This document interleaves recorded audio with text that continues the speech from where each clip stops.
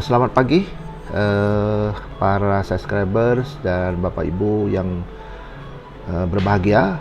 Kita jumpa lagi dalam link kita. Seperti halnya biasanya kan kita membuat suasana ini menjadi ceria dengan cara berpikir kita yang positif. Dan link ini diharapkan juga selain mengedukasi, juga memberikan tambahan wawasan bagi kita semua agar kita ini bisa melek ya terhadap hukum atas kejadian hari-hari. Hari ini saya berbicara atas banyak permintaan dari teman-teman tentang apa yang disebut dengan nebis in idem ya. Sebelum saya mulai, saya akan membacakan ya dari secara umum ya dari Hukumpedia. Ini bunyinya seperti ini.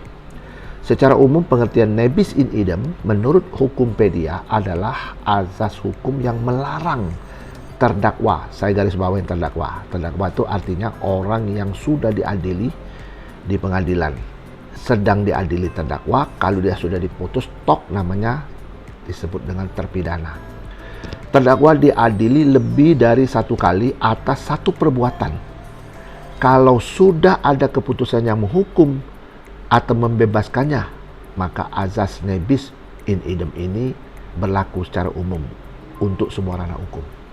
Artinya, saya bacain secara lengkap ya biar kita tahu. Dalam hukum pidana nasional di Indonesia, azas nebis in idem ini dapat kita temui di dalam pasal 76 ayat 1 Kitab Undang-Undang Hukum Pidana, yaitu ketika seorang itu tidak boleh dituntut kedua kali bila mana perbuatannya itu telah mendapat putusan yang berkekuatan hukum tetap. Inkrah van gewisde maksudnya. Dan azas nebis in idem ini berlaku dalam hal seseorang telah mendapatkan putusan bebas atau vesprach,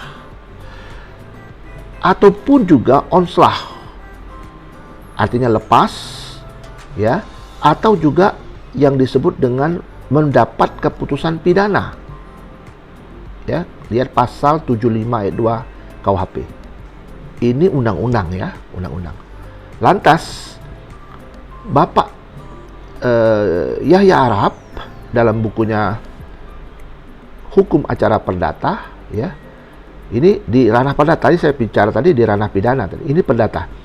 Selain dalam ranah hukum perdata ya, selain itu juga dalam hukum perdata, azas nebis in idem ini sesuai dengan ketentuan pasal 1917 KUHP berhelak wetbook ya, maksudnya apabila putusannya dijatuhkan pengadilan bersifat positif, menolak atau mengabulkan, kemudian putusan tersebut ya memperoleh kekuatan hukum tetap ya, inkrah tadi, maka dalam putusan melekat nebis in idem. Oleh karena itu terhadap kasus pihak yang sama tidak boleh diajukan untuk kedua kalinya. Ini dikutip dari buku Pak Yahya Arab halaman 42 tentang hukum acara perdata. Di sini saya mau mempertegas dalam video-video yang lalu, kalau objeknya sama, subjeknya sama, terus sudah diuji di pengadilan dan mendapat kekuatan hukum yang tetap, inkrah van gewisde, maka itulah yang disebut dengan nebis in idem. Jadi kita tidak boleh disesatkan atau tersesat dengan pemahaman orang yang diperiksa kepolisian itu, atau penyidik Polri, atau penyidik kejaksaan, ataupun PPNS, ataupun KPK, yang menyatakan bahwa ini nebis in idem itu, kalau tidak dalam suasana seperti itu tidak bisa dikatakan nebis in idem. Nebis in idem itu adalah objeknya sama, orangnya sama, perbuatannya sama, peristiwanya sama. Itu harus dicatat baik-baik.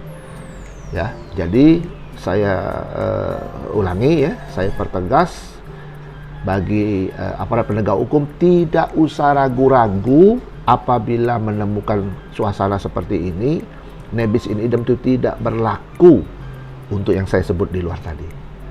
Di luar itu tidak ada namanya nebis in idem. Ya, nebis in idem itu hanya yang sudah memiliki kekuatan hukum yang tetap.